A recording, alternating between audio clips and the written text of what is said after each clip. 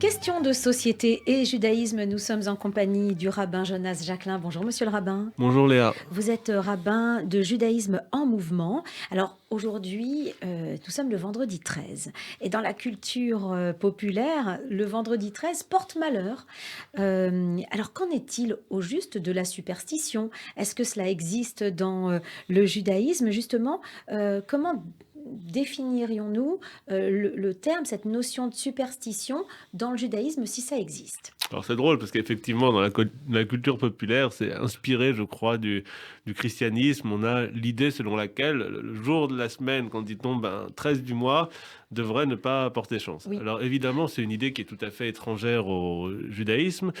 Judaïsme qui se méfie de toutes ces superstitions. Le judaïsme qui se méfie de tout ce qui pourrait être divination, présage, augure. Et C'est on va même trouver, contraire, c'est même c'est le le contraire, contraire. et on trouve dans la Torah à différentes reprises, ne serait-ce que dans la paracha de la semaine dernière, l'idée selon laquelle ne vous livrez pas à la divination et au Oui, présage, sur les traductions qu'on va nous donner. Lo oui. tenarashu velo teonenu. Il faut Mmh. faire attention, il faut se garder de tout cela. Et plus tard encore, dans Devarim, dans le Deutéronome, on va nous dire il faut trouver personne chez toi, donc dans ton peuple, Mmh. qui va pratiquer les enchantements, qui va pratiquer les augures, la divination, la magie, qui va employer des charmes, qui va avoir recours à des évocations, à des sortilèges, ou qui va interroger les morts, qui va être Mmh. capable d'avoir des pratiques magiques qui viendraient aller à l'encontre de ce qu'est le cycle de la vie, la mort, le passage d'une génération puis d'une autre, et le Mmh. fait que l'histoire avance, l'histoire continue. Et donc, on a une méfiance, une condamnation de cela, avec l'idée que généralement, ces pratiques-là, ce sont des pratiques qui vont être des pratiques qu'on va appeler avodah zarah, un culte étranger, de Mmh. l'idolâtrie.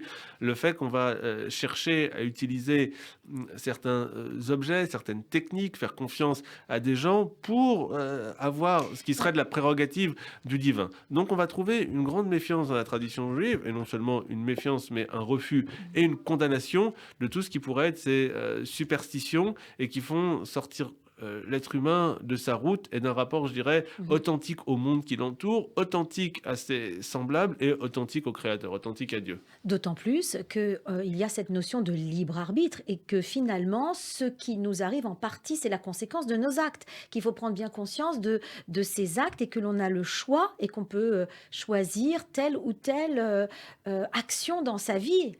Donc, j'imagine que ça aussi, ça va à l'encontre de cette notion de superstition.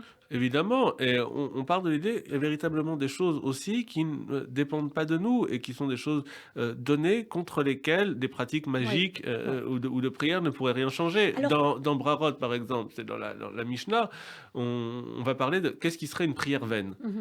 Et on va dire, par exemple, un homme dont l'épouse serait enceinte et qui viendrait prier pour changer le sexe de l'embryon, c'est quelqu'un qui serait dans une forme de prière futile, idiote, sans signification. Mmh. Parce qu'il y a des choses qui sont de l'ordre du donné et pour lesquelles on n'a pas de pratique magique ou de pratique superstitieuse qui Mmh. pourrait venir changer la chose. Mmh. Alors, malgré tout, ça existe dans la culture populaire. Qu'est-ce que ça apporte finalement, cette notion de superstition à l'homme? Je pense que tout ce qu'on appelle la superstition, on ne doit pas le comprendre d'un point de vue, je dirais, religieux, lié à la Mmh. Torah, lié à l'étude, mais c'est quelque chose que l'on comprend au niveau de la psychologie humaine, dans un monde qui est forcément un monde qui est un monde complexe. On a souvent le sentiment d'être dos au mur, au pied d'une montagne, sans forcément savoir la manière dont on va pouvoir traiter, se positionner par rapport à toutes ces choses-là. On a le sentiment, et il faut beaucoup de connaissances pour comprendre le monde, et que des choses nous échappent. On n'a pas toujours les clés Mmh. pour entrer dans ces sujets, et la superstition peut avoir quelque chose de rassurant. C'est un petit peu comme le complotisme aujourd'hui, ça va donner Oui. une clé de lecture simple, des solutions faciles à des choses qui, par essence, par définition, vont être très très complexes, vont être très difficiles, qui vont être une sorte de mosaïque dans laquelle il s'agirait de pouvoir comprendre tous les points, dans laquelle il s'agirait un petit peu comme un archéologue de venir dépoussiérer chaque vestige, la généalogie de chaque chose pour les comprendre. Et ici, la superstition, ça offre une réponse simple, facile l'idée d'une solution à des choses qui en réalité sont très compliquées. Alors revenons au judaïsme. Il y a malgré tout des actions que l'on fait chaque jour, ne serait-ce que embrasser la mezouza, qui pourrait s'apparenter à une recherche de chance, par exemple. Comment est-ce qu'on l'explique? Déjà, alors, vous évoquez le fait d'embrasser la Oui, mezouza. Il n'y a pas d'obligation d'embrasser la mezouza. C'est un mhm, acte de piété. Ce qui compte dans la Torah, dans les codes de loi, c'est le fait de placer une mezouza sur sa porte. oui, Et ensuite, par piété, justement, des gens vont avoir ce geste qui va être un geste qui est de proximité, un geste qui va montrer qu'on s'approprie la chose, qu'on a un lien direct dans notre corps, entre c'est pas une notre corps recherche de et la chance. mitzvah. Alors après, ça pose la question, qu'est-ce que la mezouza? Et c'est vrai Mhm, que dans le Talmud, oui, on va trouver, notamment dans Ménachot, l'idée selon laquelle la mezouza peut être une sorte de protection oui, pour la maison. Mais c'est une chose qui va être refusée par d'autres sages, je pense à Maïmonide bien évidemment, mhm, et lorsqu'on revient à l'origine du texte, l'idée c'est de pouvoir avoir sur la mezouza c'est le montant, la chambranle de la porte, et par extension, par métonymie, on va parler de mezouza pour parler du boîtier avec le parchemin, qui est bien connu, mais la mezouza, avant tout, c'est, je dirais, un rappel.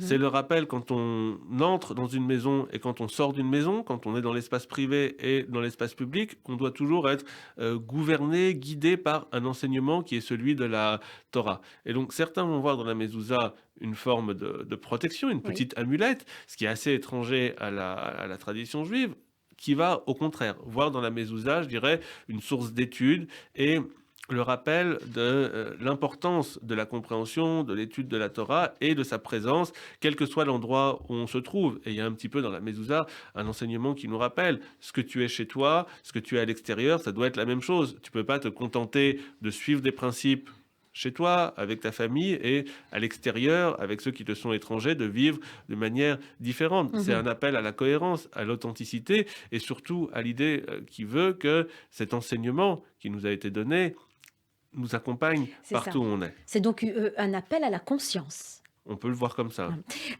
Pourtant, monsieur le rabbin, chez les Ashkénazes ou les séfarades, vous ne pouvez pas nier quand même qu'il y a parfois une soumission à des pratiques. Je pense à cracher par terre, ça c'est très ashkénaze. Quand on dit quelque chose, il y a, ça c'est de l'ordre de la culture, alors peut-être du pays.